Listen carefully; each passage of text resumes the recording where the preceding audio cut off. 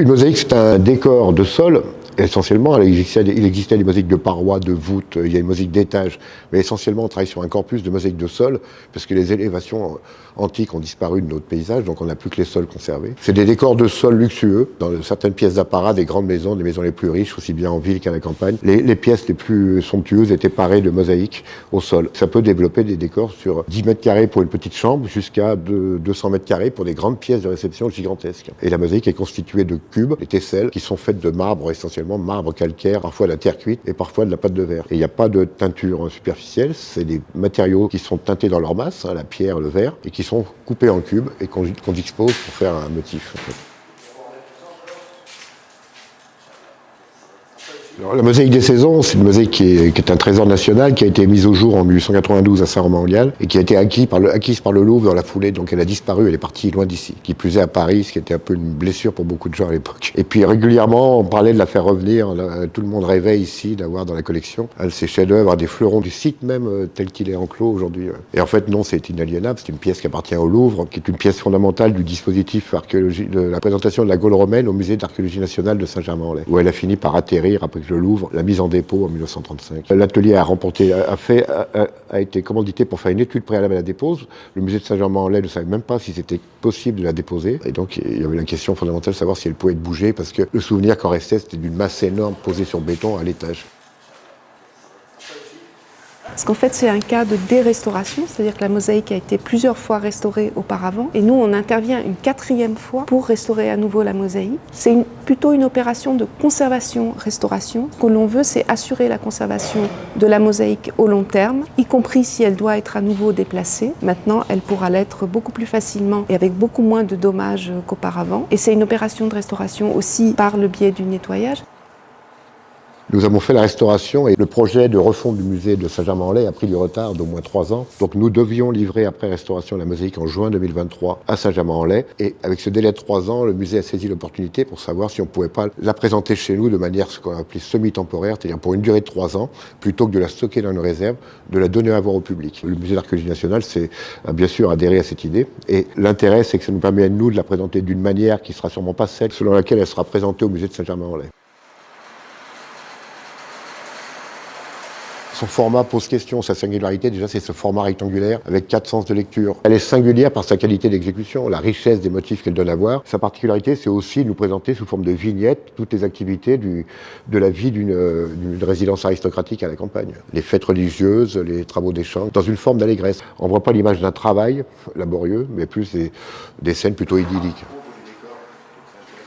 Alors, fondamentalement, on peut se poser la question de la dépose d'une mosaïque. Vu la taille et la monumentalité de certaines œuvres, oblige à une fragmentation de la pièce. Il y a même quand on travaille sur les mosaïques archéologiques, on ne peut pas les prendre d'un seul tenant. Elles sont trop grandes, trop lourdes, le risque serait trop grand. Donc on est obligé de les couper en fragments manipulables. Le musée de Saint-Germain-en-Laye voulait la déposer pour la présenter de nouvelles manières dans un nouveau contexte. Donc il y a une nécessité conservatoire de changer le support, et il y a surtout la nécessité de la déposer pour que le musée de Saint-Germain-en-Laye puisse faire l'objet de travaux. Cette mobilité, cette légèreté, cette maniabilité sont les premiers paramètres pour favoriser la conservation à long terme. Telle qu'elle était présentée, elle pesait à peu près 8 tonnes à l'étage d'un bâtiment ancien. Donc ils avaient dû créer des structures métalliques pour conforter le bâtiment. Donc c'était un monstre en fait. Elle était présentée sur une estrade, elle avait quelque chose qui relevait d'une prouesse technique mais un peu monstrueuse. Là, la procédure au Saint-Germain-en-Laye est beaucoup plus brutale puisqu'à la tronçonneuse, il nous a fallu couper le béton moderne de son support et les tesselles modernes aussi qui avaient été rapportées dans ces anciennes coupes. Nous avions identifié 48 coupes faites à la scie diamantée en 1964. Nous les avons identifiées, nous avons repris ces coupes en fait.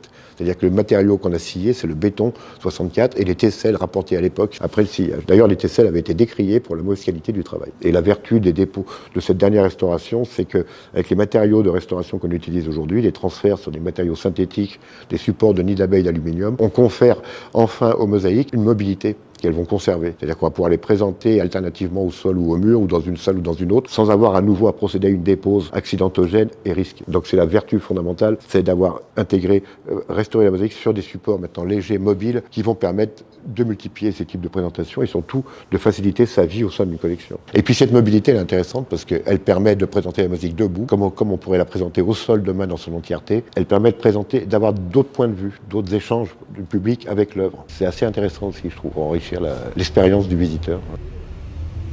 Alors, effectivement, c'est une restauration qui a donné à voir la mosaïque dans un jour nouveau parce qu'il y a eu un travail de nettoyage très poussé de la surface, notamment par enlèvement des matériaux rapportés par les restaurations successives qui, sous la forme d'un joint très couvrant, qui remplissait non seulement les joints mais aussi parfois recouvrait certaines tesselles. Donc le fait de nettoyer et d'enlever tous ces matériaux apportés ont permis de révéler vraiment l'ensemble des couleurs des tesselles et même leur micro-relief, et donc à donner à voir aussi les couleurs, mais aussi la matière des tesselles. Et ça a permis de faire ressortir de nombreux petits détails qui n'étaient pas tellement visibles auparavant, de faire apparaître par exemple la force des regards des différents personnages, de révéler les lignes de façon beaucoup plus nette, parce qu'avant on avait une image qui était troublée par les adjonctions de ces matériaux, et donc on a vraiment renouvelé totalement le regard du visiteur sur cette mosaïque, oui. Le public peut interagir ou en apprendre davantage sur cette œuvre par différents dispositifs qui ont été développés dans l'exposition pour accompagner la présentation des panneaux. Donc différents dispositifs qui sont polysensoriels. Donc on a des dispositifs olfactifs qui permettent de restituer certaines odeurs d'activités qui sont présentées sur certains tableaux, ou des dispositifs sonores, et également des dispositifs audiovisuels qui permettent d'avoir un point de vue ethnographique sur certaines activités, donc montrer un peu la pérennité de certaines de ces activités telles que le labour au bœuf ou la vannerie dans l'Antiquité et encore aujourd'hui. Et puis on a également un dispositif sonore à l'entrée de chacune des saisons qui a pour but d'immerger le visiteur dans la saison concernée. Le visiteur peut avoir accès à certains outils qui sont développés notamment sur la fin de l'exposition, soit des jeux, soit des dispositifs tactiles type tablette. On a également un diorama et qui permet aux visiteurs de reconstituer une des scènes de la mosaïque avec une surprise à la fin lorsqu'on a remis tous les bons éléments pour restituer la scène.